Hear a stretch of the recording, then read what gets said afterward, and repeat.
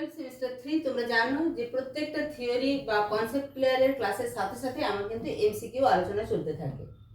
এখানে আজকে third chapter থেকে বেশ কিছু গুরুত্বপূর্ণ এমসিকিউ তোমাদের কাছে নিয়ে এসেছি। এর পরবর্তী পর্যায়ে অবশ্যই যে এমসিকিউগুলো থাকবে সেটা পাওয়ার পয়েন্টে। তবে আজকে যে এমসিকিউগুলো তোমাদের জন্য উপস্থাপন করেছি অবশ্যই এগুলো বারে বারে প্র্যাকটিস করতে থাকো, তাহলে যখন পাওয়ার পয়েন্টে পরীক্ষা দেবে বা তোমাদের ফাইনাল পরীক্ষার সময় খুব সুবিধা হবে। জল H2O এর আণবিক ভর কত? 18.015 গ্রাম পার মোল। জলের সর্বোচ্চ ঘনত্ব 4 ডিগ্রি সেন্টিগ্রেড তাপমাত্রায় কত হয়? 1 গ্রাম পার কিউবিক সেন্টিমিটার। 3 দাগের প্রশ্ন, জলের গলনাঙ্ক ও হিমাঙ্ক কত? এটা 0 ডিগ্রি সেন্টিগ্রেড বা 32 ডিগ্রি ফারেনহাইট। আমি একটু পেনটা নিয়ে নিচ্ছি। জলের স্ফুটনাঙ্ক কত? 100 ডিগ্রি সেন্টিগ্রেড বা 212 ডিগ্রি ফারেনহাইট। জলের সংকট তাপমাত্রা কত? 374 ডিগ্রি সেন্টিগ্রেড বা 706 ডিগ্রি ফারেনহাইট। জলের সংকট চাপ কত? 221 বার। জলের পৃষ্ঠদেশের টান কত? 72 m n+m at 20 degree centigrade. জল একটি অবস্থা থেকে অন্য একটি অবস্থায় যে পদ্ধতিতে রূপান্তরিত হয় তাকে কি বলে? তাকে বলে জলের অবস্থানান্তর।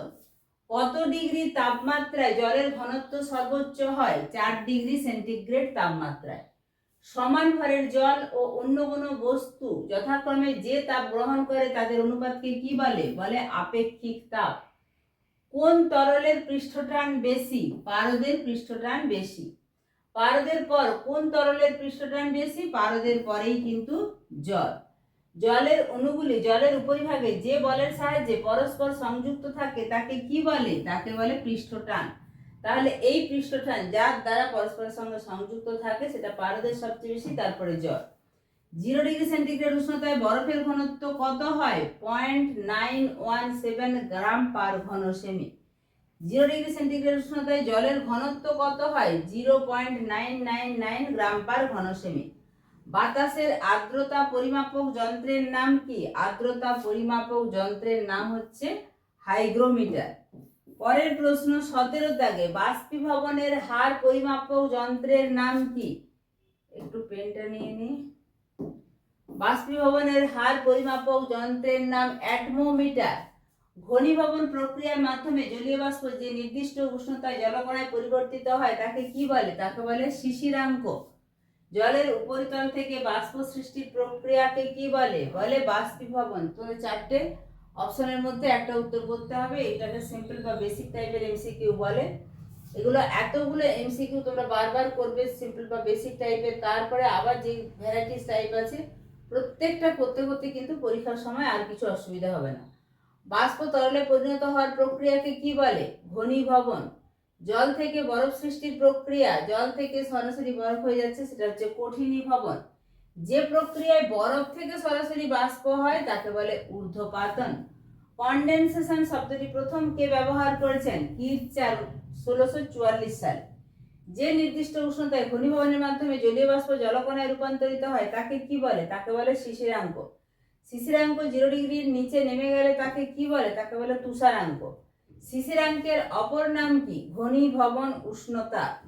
যে সকল জলাকর্ষী কণার ব্যাসার্ধ 0.1 মাইক্রোমিটারের কম তাদের কি বলে? তাদেরকে বলে অ্যাটকেন কেন্দ্রাণু। অণুবীক্ষণ যন্ত্রের সাহায্যে জলাকর্ষী কণার আকার পরিমাপের পদ্ধতিকে কি বলে? বলে কাসকেড ইম্প্যাক্টর।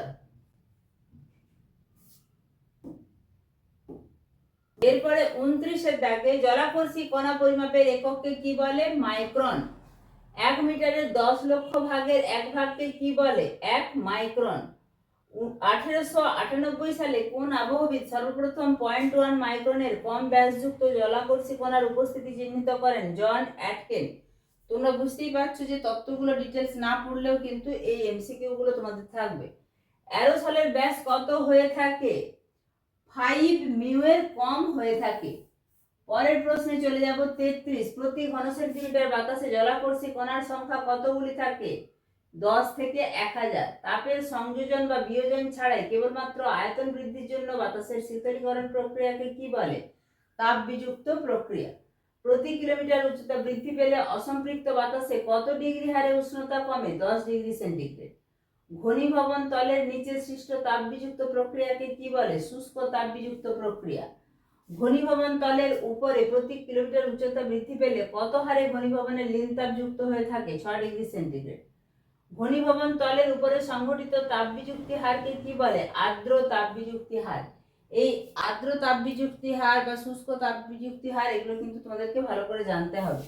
প্রতি কিলোমিটার উচ্চতা বৃদ্ধিতে শুষ্ক তাপবিযুক্তি হার কত হয়? 10 ডিগ্রি সেন্টিগ্রেড। প্রতি কিলোমিটার উচ্চতা বৃদ্ধিতে আর্দ্র তাপবিযুক্তি হার কত হয়? 4 ডিগ্রি সেন্টিগ্রেড। অসম্পৃক্ত বাতাসের শীতলীকরণ ও ঘনীভবন প্রক্রিয়াকে কি বলা হয়? শুষ্ক তাপবিযুক্তি হার। সম্পৃক্ত বাতাসের শীতলীকরণ ও ঘনীভবন প্রক্রিয়াকে কি বলা হয়? আর্দ্র তাপবিযুক্তি হার। বিকিরণের মাধ্যমে শীতলীকরণ ও ঘনীভবন হলে নিচের কোন বিষয়টি উৎপন্ন হয় না? মেঘ উৎপন্ন হয় না। শীতল ভূমিভাগের সংস্পর্শে কোন ধরনের ঘনীভবন হয় না? মেঘ। শীতল বাতাসের সাথে মিশ্রণজনিত কারণে কোন ধরনের ঘনীভবন হয়? মেঘ ও কুয়াশা। ভূপৃষ্ঠের নিকট তাপমাত্রা হিমাঙ্কের নিচে নেমে এসে যদি বরফের কেলাস সৃষ্টি হয় তাকে কি বলে? তাকে বলে সাদা বরফ। তুষার কেলাসগুলি একসাথে মিশে গিয়ে যে হালকা বরফ সৃষ্টি হয় তাকে কি বলে? তাকে বলে তুহিন পালক। তাহলে এইভাবেই তোমরা এমসিকিউ গুলো প্র্যাকটিস করতে থাকো। এমসিকিউ এর কোনো কিছু কিন্তু এভাবে ইম্পর্টেন্ট বলে কিছু হয় না। এর মধ্যে তোমরা অনেকে কমেন্ট করছো যে ম্যাডাম থার্ড সেমিস্টারের জন্য কিছু এমসিকিউ ইম্পর্টেন্ট বলে দিন। এমসিকিউ কিন্তু থিওরি পুরো পড়তে হবে, বুঝতে হবে, তবে এমসিকিউ এর উত্তর করতে পারবে। তাই প্রত্যেকটা ক্লাস অবশ্যই দেখতে থাকো। আবার বলবো, চ্যানেলটা নতুন হলে চ্যানেলটা সাবস্ক্রাইব করে রেখো। গুরুত্বপূর্ণ এই ভিডিওটা অবশ্যই বন্ধুদের মাঝে শেয়ার করে দিও এবং একটা লাইক করে দিও। দেখা হচ্ছে খুব তাড়াতাড়ি পরবর্তী উপস্থাপনার সঙ্গে।